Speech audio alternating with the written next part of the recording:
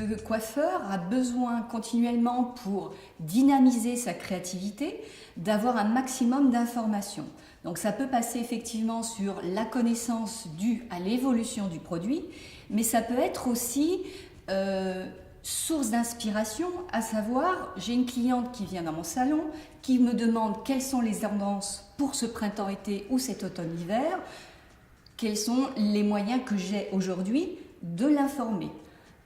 Ça peut être effectivement de venir en formation et d'avoir toutes ces informations, puisque nous mettons en place des stages où ils vont découvrir, décrypter ces méthodes de coupe, de coloration. Mais on ne va pas s'arrêter là, on va aussi être source de propositions et d'informations sur le make-up et le stylisme. Aujourd'hui, on va offrir aux professionnels de la coiffure plusieurs méthodes de formation. Le coiffeur a besoin de voir, mais il a aussi besoin de toucher.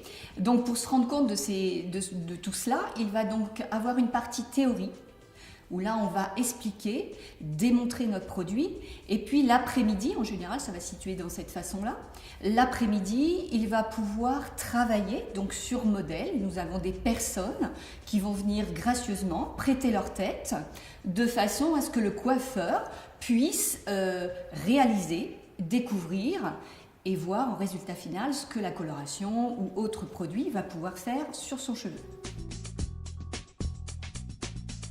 Des formations en ligne.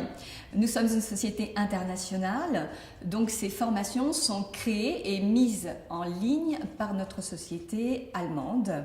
Le coiffeur va donc s'inscrire et pouvoir ainsi bénéficier de toute la connaissance et les informations en direct, à sa guise, matin, soir ou après-midi. Les coiffeurs vont effectivement, selon la prestation de service qu'ils vont mettre en place, différents produits.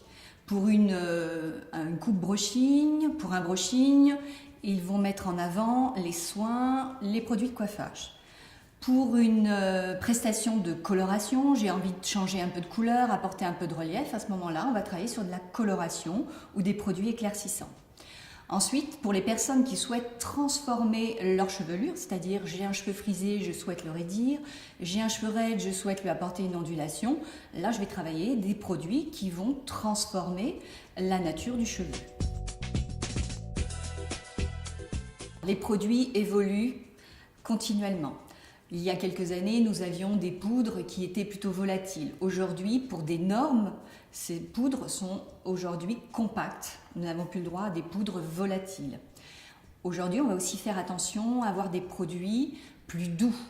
Quand je dis plus doux, on va essayer de respecter au maximum la fibre capillaire, même en faisant des services techniques assez forts.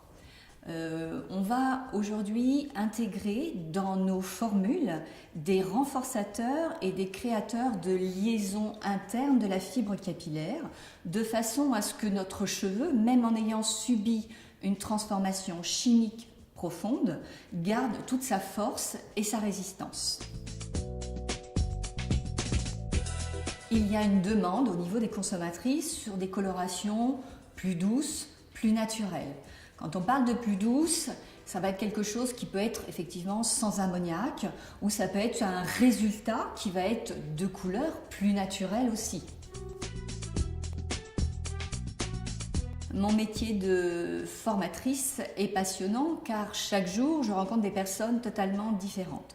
Non seulement je transmets mon savoir-faire, mais c'est aussi un moyen d'échange avec ces personnes qui viennent dans notre centre de formation pour apprendre et découvrir des produits ou des techniques ou des applications de produits.